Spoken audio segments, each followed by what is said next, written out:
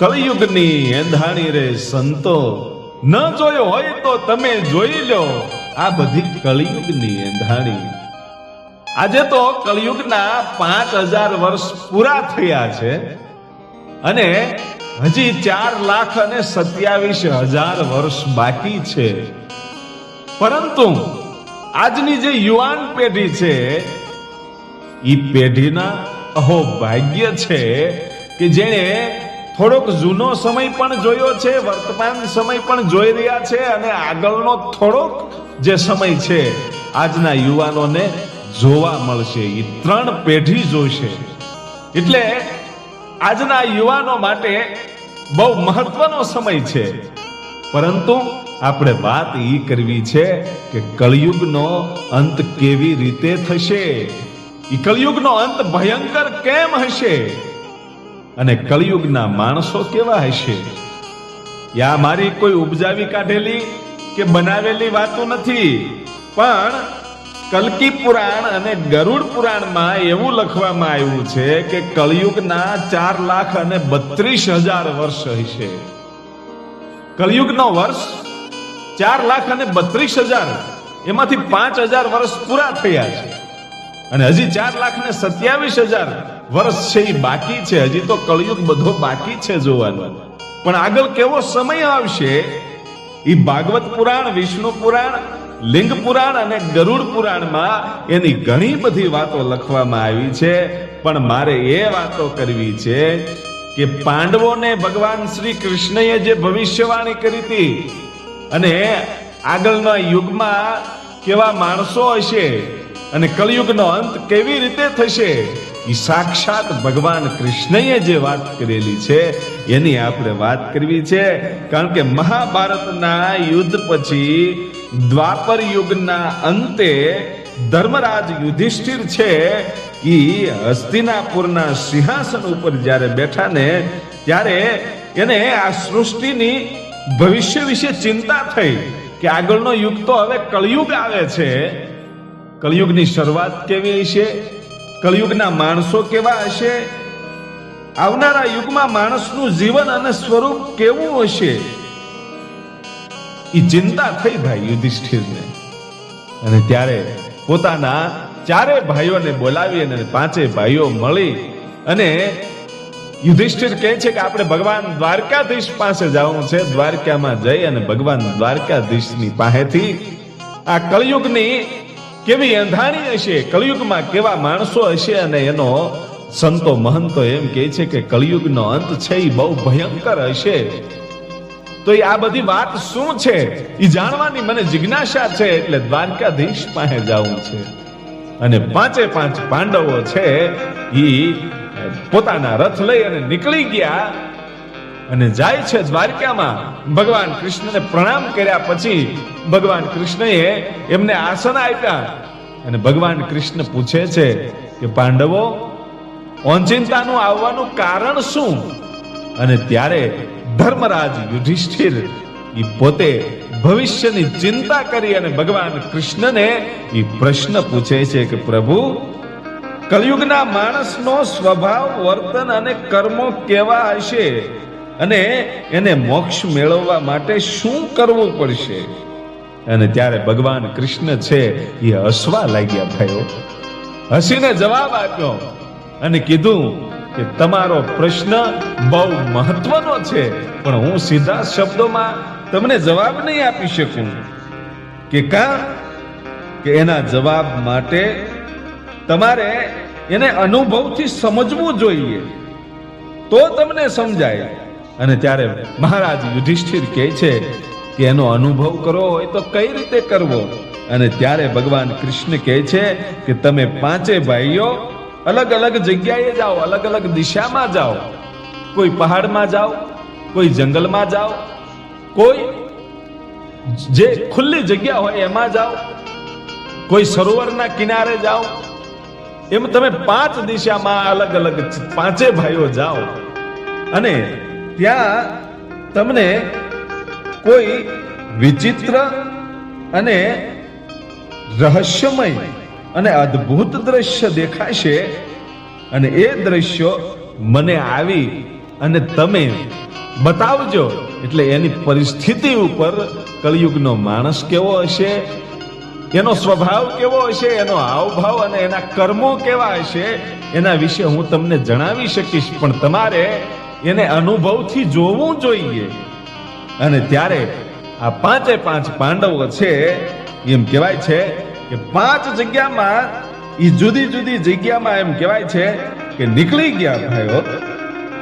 એ ભગવાન કૃષ્ણની પાસેથી આ પ્રશ્નનો એમ કહેવાય છે કે જવાબ મેળવવો છે. અને ભગવાન કૃષ્ણ કહે છે કે જુદી જુદી જગ્યાએ જાઓ, અસામાન્ય ઘટનાઓ ઘટશે, એવા દ્રશ્યો દેખાય. જે દ્રશ્ય દેખાય એ મને કહેજો, એનો હું તમને જવાબ આપીશ. એના ઉપરથી કળિયુગનો માણસ કેવો હશે, કળિયુગનો અંત કેવો હશે, માણસનું જીવન કેવું હશે, એનો હું તમને જવાબ આપીશ. અને ત્યારે આ પાંચે પાંચ ભાઈઓ છે એ જુદી જુદી જગ્યાએ જાય છે. મહારાજ યુધિષ્ઠિર છે એક જંગલમાં જાય છે ભાઈ.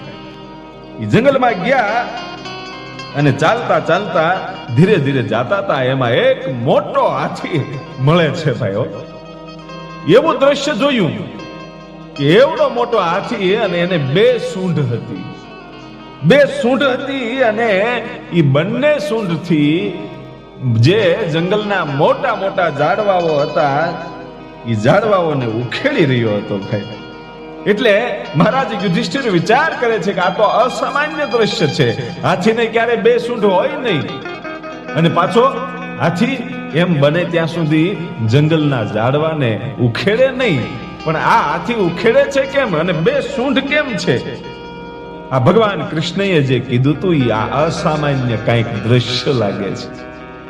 એને જોયું, અને પછી એમ કહેવાય છે કે અર્જુન છે એ એક સુંદર જે શાંત જંગલ હતું એ જંગલની અંદર પહોંચ્યો. ત્યારે એને એક મોટું પક્ષી જોવા મળ્યું, અને જેની પાંખો પર વેદોની ઋચાઓ લખેલી હતી. એટલે અર્જુન ખૂબ રાજી થયો કે આ જે મોટું પક્ષી છે અને એની પાંખોમાં વેદોની ઋચાઓ લખેલી છે, અને આ શાંત જગ્યામાં આ પક્ષી કેટલું પવિત્ર અને જ્ઞાની લાગે છે. એટલો હજી વિચાર કરે ત્યાં તો એ પક્ષી છે એ મરેલા બીજા જે જીવ હતા એનું માંસ મીંડું ખાવા. અને અર્જુન વિચાર કરે છે કે ઓહ, આની પાંખોમાં તો વેદોની ઋચાઓ લખેલી છે, આ તો જ્ઞાની અને કોઈ મહાન પક્ષી હોય એવું લાગે છે, છતાંય આ માંસ ખાય છે. આ તો કંઈક રહસ્યમય વસ્તુ છે. આ ભગવાન કૃષ્ણએ જે વાત કરી હતી એમાંથી આ અસામાન્ય કંઈક ઘટના છે. ઈ અર્જુને આવું દ્રશ્ય જોયું, અને એમ કહેવાય છે કે ભીમ છે એ લીલાછમ ઘાસવાળા મેદાનમાં પહોંચ્યો, અને ત્યારે એને ગાયોનું ધણ સામું મળ્યું. અને એ ગાયોના ધણમાં એક ગાયે પોતાના બચડાને એટલે કે વાછરૂને જન્મ આપ્યો. આ ભીમે આ દ્રશ્ય જોયું. વાછરૂને ગાય છે એ જન્મ આપ્યા પછી એ પોતાના એ વાછરા ઉપર એટલો પ્રેમ વરસાયો કે પોતાના વાછરૂને ચાટવા માંડી ભાઈઓ. એટલી બધી ચાટવા માંડી કે એ વાછરૂને ચાટતી ગાય બંધ જ ન થાય. અને એટલું બધું વાછરૂને છાટ્યું કે વાછરું છે એ લોહી લુવાણ થઈ ગયું. એ ગાય એટલું બધું ચાટ્યું કે વાછરૂની ચામડી તૂટી ગઈ, અને વાછરૂને લોહી મંડેલું નીકળવા છતાંય ગાય છે એ ચાટવાનું બંધ નહોતી કરતી. એટલે ભીમ પણ વિચારમાં પડી ગયો કે આટલો બધો પ્રેમ તો હોય, કોઈ પણ જનેતા હોય, જન્મ દેવા વાળી જનેતાને પોતાના સંતાન ઉપર પ્રેમ તો હોય, પણ આટલો બધો પ્રેમ કે પોતાના સંતાનની ચામડી તૂટી જાય, લોહી નીકળવા માંડે, અને છતાંય બંધ ન થાય. આનું કારણ શું? આ તો કંઈક રહસ્યમય ઘટના છે. ભગવાન કૃષ્ણએ જે વાતો કીધી છે એમાંથી કંઈક હોય એવું લાગે છે. એ ભીમે એમ કહેવાય છે કે આવું દ્રશ્ય જોયું, અને પછી વાત આવે છે સહદેવ.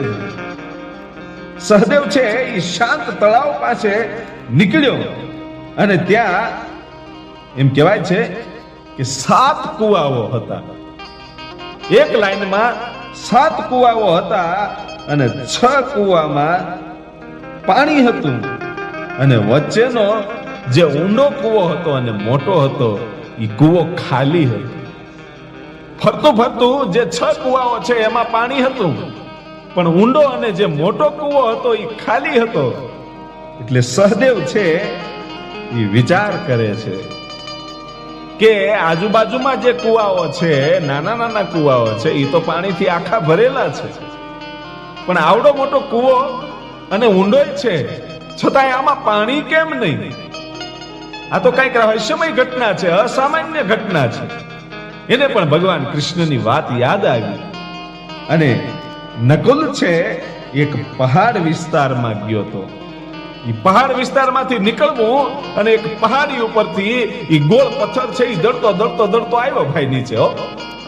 એ ગોળ પથ્થર દળતો દળતો આવ્યો અને પથ્થર છે એ મોટા મોટા વૃક્ષોની સાથે અથડાતો અથડાતો એ વૃક્ષોને ઊંધા નાખતો નાખતો આવતો તો ભાઈ. નકુલ છે આ દ્રશ્ય જુએ છે કે આ શું થાય છે. આવડો મોટો પથ્થર મોટા મોટા ઝાડવાઓને પાડતો પાડતો આવતો હતો અને એમાં એક નાનું એવું વૃક્ષ, એક નાનો એવો છોડવો હતો. એ છોડવા પાસે આવી અને પથ્થર છે એ ઊભો રહી ગયો ભાઈ. એક તો ઢાળ છે, પથ્થર દળતો દળતો આવે છે ને એમાં એની સામે નાનો એવો છોડવો આવી ગયો તો એ પથ્થર ઊભો રહી ગયો.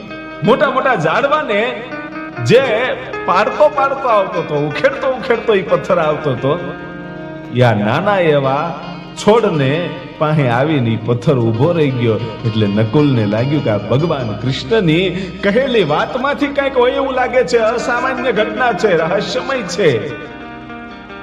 આ 5 ભાઈઓ છે એ જુદા જુદા એમ કહેવાય છે કે દ્રશ્યો જોઈને આવ્યા અને ભગવાન કૃષ્ણ પ્રશ્ન પૂછે છે કે યુધિષ્ઠિર, તમે 5 ભાઈઓ ગયા હતા, તમને કઈ અસામાન્ય ઘટના જોવા મળી, કઈ રહસ્યમય વસ્તુ જોવા મળી? અને ત્યારે યુધિષ્ઠિર કહે છે કે હા પ્રભુ, મેં જંગલમાં એક 2 સૂંઢવાળો મોટો હાથી જોયો અને ઈ વૃક્ષોને પાડતો હતો. 2 સૂંઢ હતી હાથીને. અને ત્યારે ભગવાન કૃષ્ણ છે એનો જવાબ આપે છે કે સાંભળો યુધિષ્ઠિર, આ કળિયુગની અંધાણી છે. કળિયુગમાં માણસ કેવા હશે એનો તમને હું અનુભવ કરાવું છું. તમે જે દ્રશ્ય જોયું છે ને કે 2 સૂંઢ વાળો જે હાથી છે એ વૃક્ષોને પાડે છે, પોતે 2 સૂંઢ વાળો છે એટલે મહાન ગણાય, પણ વૃક્ષો જેવી જરૂરી વસ્તુને એ નાશ પમાડે છે. તો કળિયુગમાં માણસો એવા હશે કે જે શાસક કરતા હશે એ બેવડી ચાલ ચાલશે. બહુ સાચી વાત ભગવાન કૃષ્ણ કરે છે કે શાસકો બેવડી ચાલ ચાલશે, ધર્મ અને ન્યાયનો દેખાવ કરશે, પરંતુ અંદરથી શોષણ કરશે. જે શાસકો હશે, જે મોટા માણસો હશે, આજની ઘટનાઓ ઘણી બધી એવી જ થાય છે મિત્રો કે જે રાજકારણ કરે છે ને એ બેવડી ચાલ ચાલે છે અને ઈ તમને એવું બતાવે કે અમે તમારી બાજુ છીએ, તમને ન્યાય અપાવશું. ધર્મ અને ન્યાયનો ઈ બહારથી દેખાવ કરે અને અંદરથી પ્રજાનું શોષણ કરે અને પોતાનો જ સ્વાર્થ પૂરો કરે. બંને બાજુથી જે વ્યક્તિએ અન્યાય કર્યો હોય બીજાની સાથે, એ અન્યાય કરનારાની પાસેથી પણ પોતાનો સ્વાર્થ હોય કે આની પાસેથી મને કંઈક મળી જશે, અને જે વ્યક્તિનો ન્યાય હોય એની પાસેથી પણ કંઈક મળી જશે. આવી બેવડી ચાલ ચાલી ધર્મ અને ન્યાયનો દેખાવ કરશે અને અંદરથી ઈ શોષણ કરશે અને પોતાના જ સ્વાર્થ પૂરા કરશે. આ આખું દ્રશ્ય આવું કંઈક બતાવે છે. ઈ યુધિષ્ઠિરને ભગવાન કૃષ્ણએ આ સમજાવ્યું અને પછી અર્જુન કહે છે કે પ્રભુ, મેં જંગલની અંદર ઈ પક્ષીને જોયું જે પંડિત અને વિદ્વાન હોય એવું લાગતું હતું અને એની પાંખોમાં ઈ વેદોના બધું લખેલું હતું અને મને તો એમ લાગતું હતું કે આ તો પક્ષી છે, ઈ વિદ્વાન છે, આનામાં પંડિતાઈ છે, આનામાં પવિત્રતા છે. હજી તો એ વિચાર કરું ત્યાં તો એ પક્ષી છે એ માંસ ખાવા માંડ્યું. આનો અર્થ શું? અને ત્યારે ભગવાન કૃષ્ણ કહે છે કે વિદ્વાન અને પંડિત કહેવાતા લોકો છે એ જ્ઞાન રાખશે પણ હૃદય પવિત્ર નહીં હોય. કલયુગ એની અંદર માણસો એવા હશે કે એની પાસે પંડિતાઈ પણ હશે, વિદ્વાનતા પણ હશે અને જ્ઞાન પણ રાખશે, પણ એનું હૃદય છે એ પવિત્ર નહીં હોય. વેદો અને ધર્મનો ઉપયોગ માત્ર પૈસા માટે અને પોતાના સ્વાર્થ માટે કરશે. આવા કલયુગની અંદર માણસો હશે. અને આજે ક્યાંક ને ક્યાંક આ વાતો સાચી પડતી હોય ને એવું લાગે છે મિત્રો. અને ભીમ જ્યારે પ્રશ્ન કરે છે, ભીમ કહે છે કે પ્રભુ, હું એવી જગ્યાએ ગયો તો, એ ઘાસ વાળી જગ્યાએ, ત્યાં એક ગાયે વાછરૂને જન્મ આપ્યો અને એ પછી વાછરૂને એને એટલો પ્રેમ કર્યો કે હું તો ખુશ થઈ ગયો કે એક જન્મ દેવા વાળી જનેતા પોતાના સંતાનને કેટલો પ્રેમ કરે છે. પરંતુ એને એટલું બધું વાછરૂને છાંટ્યું કે વાછરૂની ચામડી તૂટી ગઈ, લોહી નીકળવા માંડ્યું, છતાંય ગાય છે એને ચાટતી બંધ નથી થતી. આનો અર્થ શું? અને ત્યારે ભગવાન કૃષ્ણ ભીમને જવાબ આપે છે કે સાંભળ ભીમ, કલયુગમાં એવા માતા પિતા હશે, કલયુગની અંદર એવા માતા પિતા હશે કે સંતાનોને પ્રેમ તો આપશે, વધુ પડતો પ્રેમ આપશે, પણ ઈ પ્રેમ બાળકો માટે ઈ બંધન બની જવાનો છે. હે કે ઈ જે પ્રેમ છે ને માવતરનો, કલયુગની અંદર ઈ માવતરનો પ્રેમ પોતાના બાળકોને બહુ ભારે પડવાનો છે, ઈ બંધક બની જવાના છે. કારણ કે એ પ્રેમ તો આપશે પણ બાળકને આત્મનિર્ભર બનતા રોકશે. અને વાત બહુ સાચી છે. કોઈ પણ સંતાનને કંઈક સારું કામ કરવું હોય અથવા તો પોતાને કંઈક એવી જગ્યાએ જવું હોય તો માવતર ન જવા દે. એમ કે બેટા તું અમારે એકનો એક છો, કેમ જવા દેવો, કેમ જવા દેવો.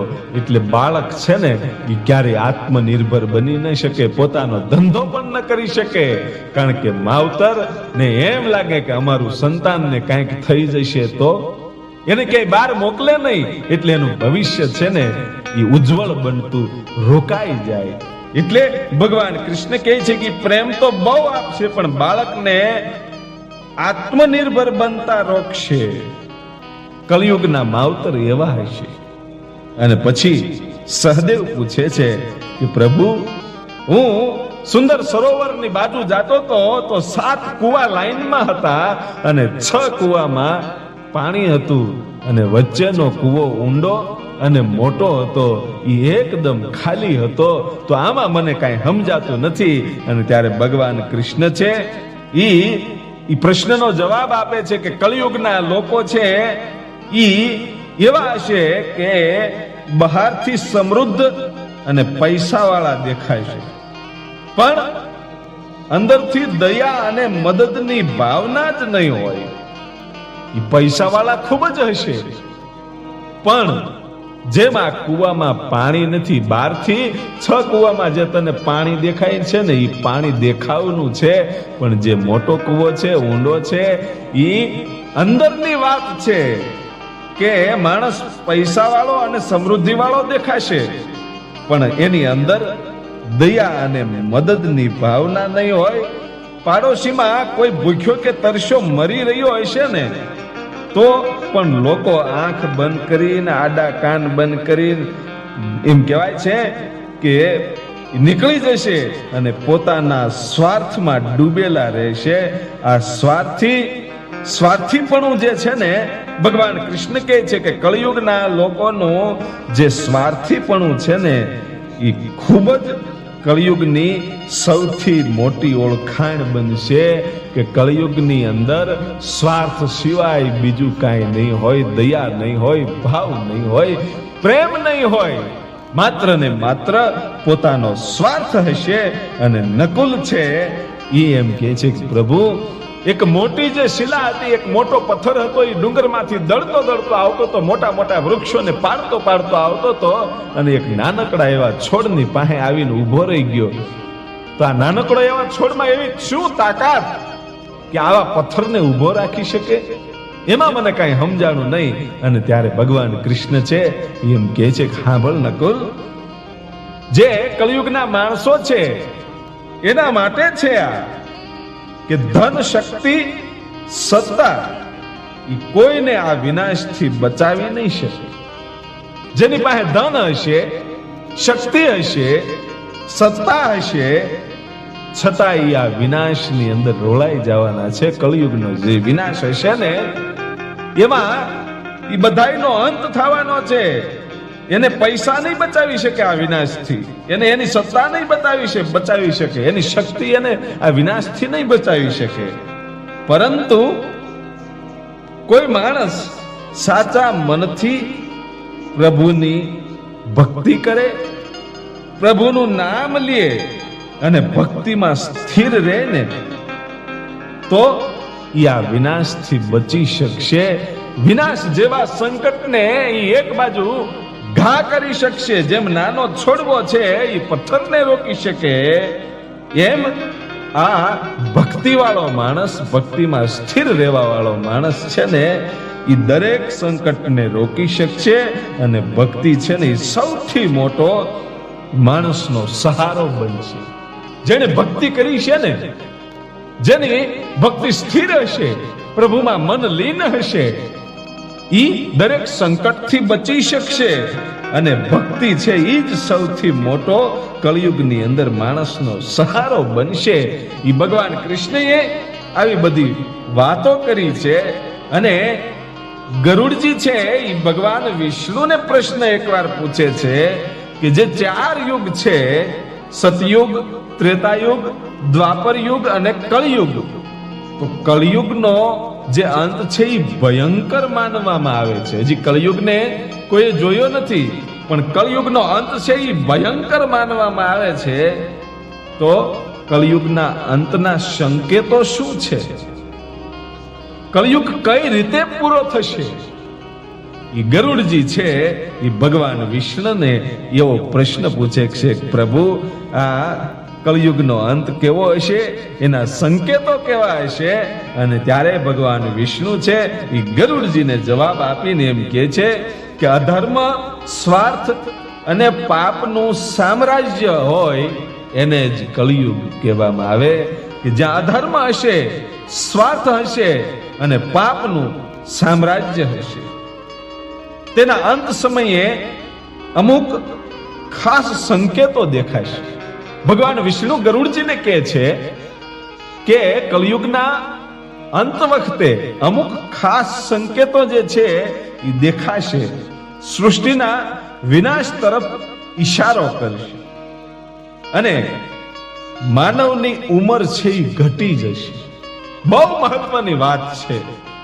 ભગવાન વિષ્ણુ ગરુડજીને કહે છે કે માણસની ઉંમર છે ને કળિયુગના અંત સમયે ઉંમર ઘટી જશે. ઉંમર છે ને માત્ર 20 વર્ષની થઈ જશે અને 12 વર્ષે વૃદ્ધપણું આવી જશે. જ્યારે માણસની 12 વર્ષની ઉંમર થશે ત્યારે તો એની ચામડી કોકડાઈ ગઈ છે, રોગમાં ઘેરાઈ ગયો હશે, એને ગઢપણ આવી ગયું હશે, વાળ ધોળા થઈ ગયા હશે અને નબળો ખોરાક એનો થઈ જવાનો છે. અને આજથી જ મિત્રો વિચારો ને, માણસો બહારનું કેટલું ખાય છે, એનાથી જ રોગ આવે છે અને રોગમાં પીડાઈને માણસ મરે છે. એને ખબર નથી કે પોતાનો અંત કેવી રીતે થવાનો છે. એ બહારનું નબળું ખાય અને રોગને પોતાના ઘેરે લાવે છે. એ ઈશ્વરની અમુક ભવિષ્યવાણીઓ છે. એ આજે પણ ક્યાંક ને ક્યાંક સત્ય દેખાય છે. પણ હજી કળિયુગના અંતને તો 4,27,000 વર્ષની વાર છે. પણ કળિયુગનો અંત એ વખતે કેવો ભયંકર હશે. ભગવાન કહે છે કે નબળો ખોરાક અને અનિયમિત દિનચર્યા, એટલે કે કોઈ નિયમિત દિનચર્યા નહીં હોય કે આપણે સવારે ઉઠી અને પછી કામે ધંધે જઈએ એટલે સાંજ પડે પેલા ઘરે આવી જાય. આપણું નિયમિત છે, પણ એ વખતે રૂપિયાની એટલી જરૂરિયાત હશે કે રાત અને દિવસ માણસને રળવું પડશે, એટલે અનિયમિત થઈ જશે, ઉજાગરા થશે, અને ઘરના ટેન્શન અને એટલું બધું તણાવ છે, એના કારણે શારીરિક અને માનસિક રીતે માણસો છે નબળા પડી જવાના છે. અને સ્ત્રીઓ છે ઈ 8 થી 9 વર્ષના ઉંમરે, સાંભળવા જેવી આ વાત છે. ભગવાન વિષ્ણુ ગરુડજીને કહે છે કે સ્ત્રીઓ છે ને એ 8 થી 9 વર્ષની ઉંમરે તો પોતાના સંતાનોને જન્મ આપશે. વિચારવા જેવું છે કે 8 થી 9 વર્ષની ઉંમર થશે ને સ્ત્રીની, ત્યારે તો એ પોતાના બાળકને જન્મ આપશે, અને એની નબળાઈ એટલી બધી હશે કે તે પોતાના બાળકનું ઉછેર બરાબર નહીં કરી શકે. હવે 8-9 વર્ષની દીકરી હોય, એ પોતાના સંતાનને જન્મ આપે, એક તો પોતે જ નબળી હોય, અને એને સંતાનને જન્મ આપ્યા પછી એ પોતે નબળી હોય તો પોતાના સંતાનને બરાબર ઉછેર કેવી રીતે કરી શકે? એટલે એના જે સંતાનો હશે, એના જે બાળકો હશે, એ કુપોષિત રહેશે, અને નબળાઈના કારણે એ નબળાઈના શિકાર બનવાના છે, રોગના શિકાર બનવાના છે, અને આવનારી પેઢી છે એ રોગી બનશે. લોકો પોતાની ઈચ્છાઓ પૂરી કરવા માટે સંબંધો અને પરિવારમાં બેદરકાર બનશે. માણસો છે ને પોતાની ઈચ્છા પૂરી કરવા માટે એ પોતાના પરિવાર સાથે પણ શાંતિથી રહી નહીં શકે, બેદરકાર બની જશે. સમાજમાં કોઈ વ્યવસ્થા નહીં રહે, પ્રેમ વિશ્વાસ આવું બધું કાંઈ રહેશે નહીં, કોઈને શાંતિ નહીં હોય, માત્ર ને માત્ર સ્વાર્થ સિવાય આ દુનિયાની અંદર, આ કળિયુગની અંદર કાંઈ નહીં હોય. વિચાર તો કરો, અત્યારથી જ દુનિયા કેટલી સ્વાર્થી થઈ ગઈ છે, તો કળિયુગના અંતે એ સમય કેવો હશે? અને આગળ ભગવાન વિષ્ણુ બહુ સરસ વાત કરે છે, અને આપણે સાંભળવા જેવી છે કે આપણે આ દુનિયામાં આ સમયે આવી ગયા, એ આપણા માટે બહુ સારી વાત છે. નહીંતર આગળનો સમય છે ને એ આપણે જોઈ શકવાના જ નથી, એવો સમય આવવાનો છે. કારણ કે ભગવાન કહે છે કે પતિવ્રતા સ્ત્રી જે છે ને, જે સ્ત્રીના લગ્ન થઈ ગયા હશે, પતિવ્રતા હશે, સ્ત્રી લોભી બનશે, અને એક વ્યક્તિથી એને શાંતિ નહીં થાય. બહુ વિચારવા જેવી આ વાત છે. આ કોઈ બનાવેલી કે ઉપજાવી કાઢેલી વાત નથી. આ તો ભગવાન વિષ્ણુ છે એ ગરુડજીને જે વાત કરે છે, અને આપણા જે પુરાણોની અંદર લખેલું છે એમાં આ વાત છે કે પતિવ્રતા સ્ત્રી લોભી બનશે, એક વ્યક્તિથી એને શાંતિ નહીં થાય, ધર્મનો વિનાશ થશે, અને કોઈ પણ સ્ત્રી પતિવ્રતા નહીં રહે. પતિવ્રતા કોને કહેવાય? કે પોતાના પતિ સિવાય ક્યારેય કોઈની સામે નબળી નજર ન થાય, એને પતિવ્રતા ધર્મ પાળ્યો કહેવાય. પણ અહીંયા ભગવાન વિષ્ણુ ગરુડજીને એમ કહે છે કે કળિયુગના અંત સમયે એવા માણસો થઈ જશે કે કોઈ પણ સ્ત્રી છે એ પતિવ્રતા નહીં હોય, ધર્મ નહીં પાળે, અને એક જ સ્ત્રી ઘણા બધા પુરુષ સાથે સંબંધો રાખશે, અને સમાજનું પતન થશે. એટલું નહીં, લગ્ન, પૂજાપાઠ, યજ્ઞ, શ્રાદ્ધ કે અંતિમ સંસ્કાર જેવું કોઈ વસ્તુ રહેવાની નથી. એ સમય એવો હોય છે કે એમાં કોઈ માનશે જ નહીં, કોઈ લગ્ન નહીં કરે. ડાયરેક્ટ અત્યારે જ પણ આપણે જોઈએ તો સીધા પ્રેમ લગ્ન થઈ ગયા છે, લવ મેરેજ કરી નાખે એટલે પૂરું. પણ એ વખતે એવું પણ નહીં હોય. અને ભગવાન કહે છે કે લગ્ન પણ નહીં રહે, પાઠ પૂજા પણ નહીં રહે, યજ્ઞ નહીં થાય, કોઈનું શ્રાદ્ધ પણ નહીં થાય, અને માણસનો જે આપણે હાલમાં કોઈ માણસ ગુજરી જાય અને એનો અંતિમ સંસ્કાર કરીએ ને, એવું પણ કાંઈ નહીં હોય. એની લાશ ગમે ત્યાં રખડતી હશે, ગમે ત્યાં ફેંકી દેશે. જેમ માલ ઢોર કે પશુઓ કે પક્ષી મરી જાય ને એનું શરીર ગમે ત્યાં પડ્યું રહે, તમે ફેંકી આવો, એવી હાલત માણસની થવાની છે. અંતિમ સંસ્કાર રહેવાનો નથી, આ બધું જતું રહેશે. પાણી ન હોવાના કારણે નાવાનું બંધ થશે. વિચારજો કે કળિયુગના અંતે પાણી એટલું બધું ઓછું હશે કે માણસ નાય પણ નહીં શકે, સ્નાન પણ નહીં થાય. પાણી ન હોવાના કારણે નાવાનું બંધ થશે અને એના કારણે શરીર બગડશે અને સાથે સાથે માણસના મન પણ બગડશે, પવિત્રતા નહીં રહે. માણસના મન બગડી જશે. જેમ શરીર બગડશે ને નાયા વગર, એમ માણસના મન પણ બગડી જશે. એની અંદર પવિત્રતા જેવું કાંઈ નહીં હોય. ગમે એની હારે ગમે એવા કૃત્યો કરશે, ન જોઈ શકાય એવા કાર્યો કરશે અને ખાવા પીવામાં એટલો બધો ફેરફાર થઈ જશે કે માણસ છે ને એ માંસાહાર જ રહેશે. માણસ માંસાહાર બનશે. ફળ, શાકભાજી, અનાજ એ કોઈ વસ્તુ રહેવાની નથી આ ધરતી ઉપર. કળિયુગના અંત સમયે ભગવાન કહે છે કે ફળ નહીં રહે, શાકભાજી નહીં રહે, અનાજ નહીં રહે. અને એ વખતે માણસ છે એ માંસાહાર બનશે.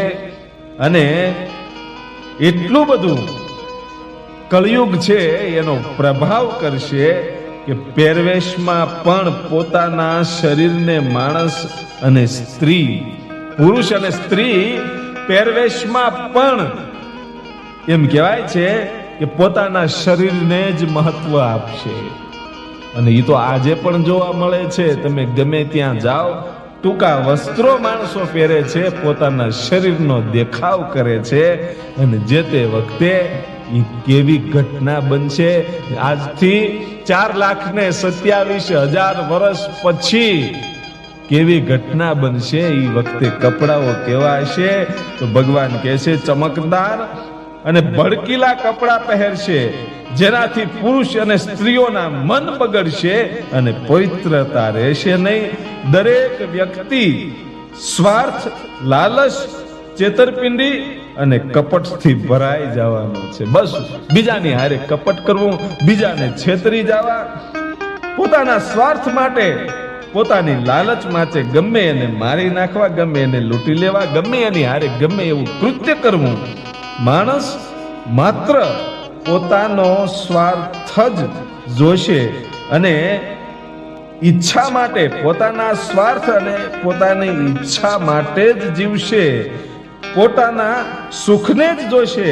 બીજાની ઉપર દયા ભાવ ક્યારે હશે નહીં. વૃક્ષો છે એ ફળ વગરના થશે. પૃથ્વી પર ભયંકર સંકટ આવશે. આ કળિયુગના અંતના કંઈક એવા અમુક એંધાણો છે કે વૃક્ષો પર ફળ નહીં રહે. વૃક્ષો છે એ ફળ વગરના થઈ જશે અને પૃથ્વી પર એવા ભયંકર સંકટો આવશે કે જેની કોઈ સીમા ન હોય. જેમ જે તે વખતે મરકીનો રોગ આવ્યો હતો, આ 2020ની સાલમાં કોરોના જેવો રોગ આવ્યો હતો.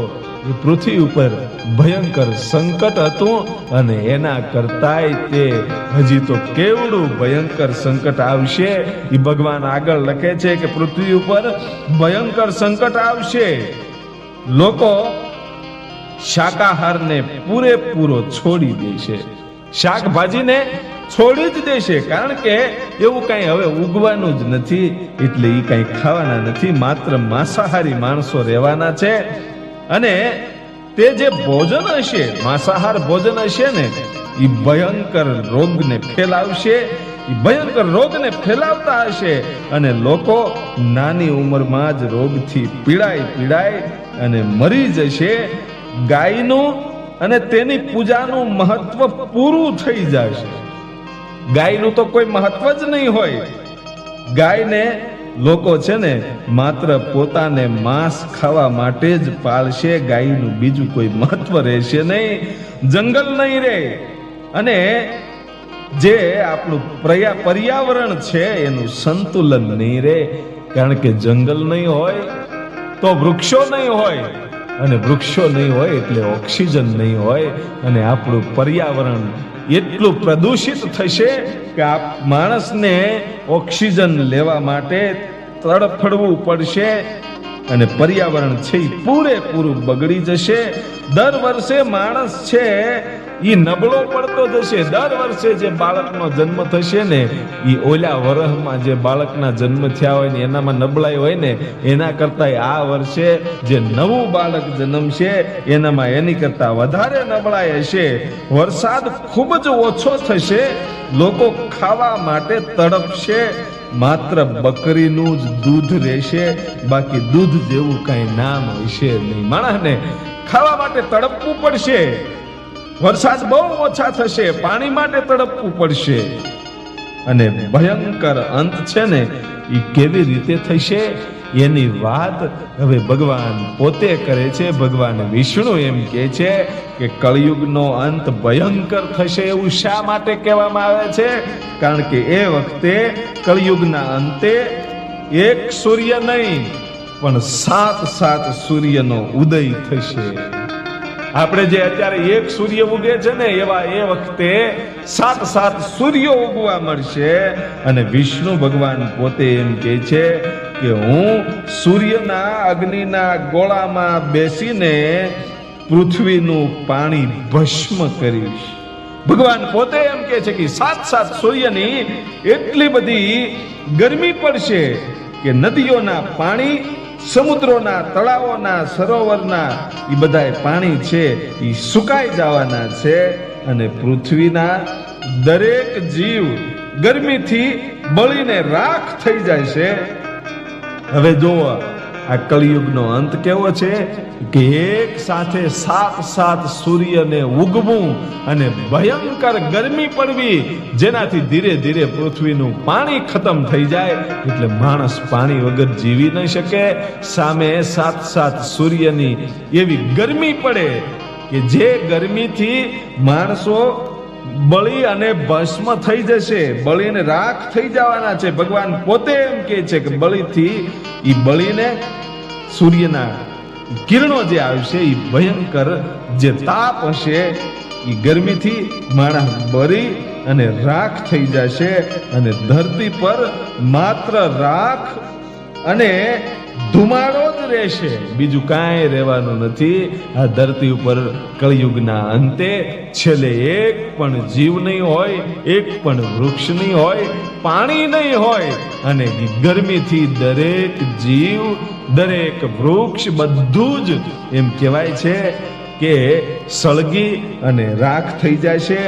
માત્ર રાખ અને ધુમાડા સિવાય આ દુનિયાની અંદર, આ પૃથ્વીની ઉપર કાંઈ નહીં હોય. ત્યારબાદ ભગવાન વિષ્ણુ છે એ રૌદ્ર રૂપ ધારણ કરશે અને એવા ભયંકર વાદળોને ઉત્પન્ન કરશે કે એ વાદળો છે એ એટલી બધી વર્ષા કરશે, એટલો બધો વરસાદ થશે.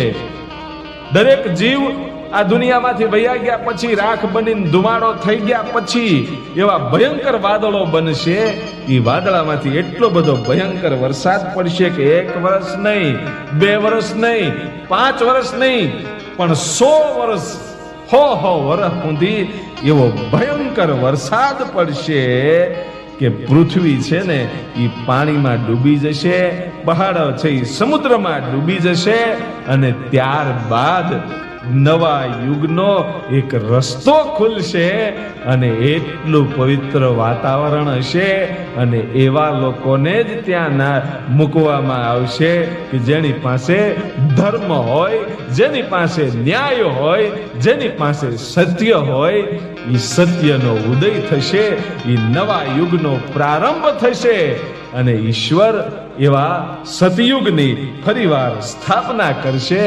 આ હતો કળિયુગના અંતનો ઇતિહાસ. આવો ભયંકર કળિયુગનો અંત થવાનો છે. તો આપણી પેઢી ખૂબ જ ભાગ્યશાળી છે કે આપણે અંત કળિયુગનો જોવાનો નથી, કારણ કે હજી તો 4,27,000 વર્ષ બાકી છે. અને આપણી પેઢી ભાગ્યશાળી એટલા માટે છે કે આજના યુવાનોને જૂનું પણ જોવા મળ્યું છે. પોતાના બાપ દાદાઓનું જે જૂની રૂઢી હતી એ જોવા મળી છે. હાલનો સમય કેવો છે એ પણ જોવા મળ્યો છે. દરેક ટેકનોલોજીનો આપણે લાભ પણ લઈ રહ્યા છીએ, આનંદ કરી રહ્યા છીએ, કમાણી પણ કરી રહ્યા છીએ. અને ભવિષ્યનું બહુ જાજુ જોવાનું નહીં થાય, પણ થોડુંક આપણે જોઈ લઈશું કે આપણે જ્યારે જન્મ થયો અને થોડાક બાળપણમાં હતા ત્યારે કેવો સમય હતો, અને આપણે વૃદ્ધ થયા ત્યારે આ કેવો ભયંકર સમય છે. એ થોડું થોડું આપણે 3 યુગના દર્શન કરી અને આ દુનિયામાંથી વિદાય લેવાના છીએ. પણ મને ને તમને બચાવે તો માત્ર ઈશ્વર જ બચાવી શકે, એટલે ભક્તિ સિવાય બચવાનો કોઈ ઉપાય નથી. જ્યારે જ્યારે કામ કર્યા પછી તમને સમય મળે ને તો 2 નામ ઈશ્વરના લેજો. ન લઈ શકો તો કાંઈ નહીં, પોતાના માવતરની સેવા કરજો, એટલે તમારી પાસે સાક્ષાત ભગવાન આવી ગયો એવું માની લેજો. આ ઇતિહાસ હતો કળિયુગના અંતનો, અને હવે એવા જ રહસ્યમય ઇતિહાસ સાથે આપણે ફરી મળીશું બીજા ઇતિહાસમાં. ત્યાં સુધી લોક સાહિત્યકાર લાખાભાઈ રબારીના આપ સૌને જય માતાજી. અમારી યુટ્યુબ ચેનલ આઈ મોગલ સ્ટુડિયો મુંડકીધાર, આ ચેનલને આપ જરૂરથી સબસ્ક્રાઇબ કરજો. જય માતાજી, જય જોગમાયા.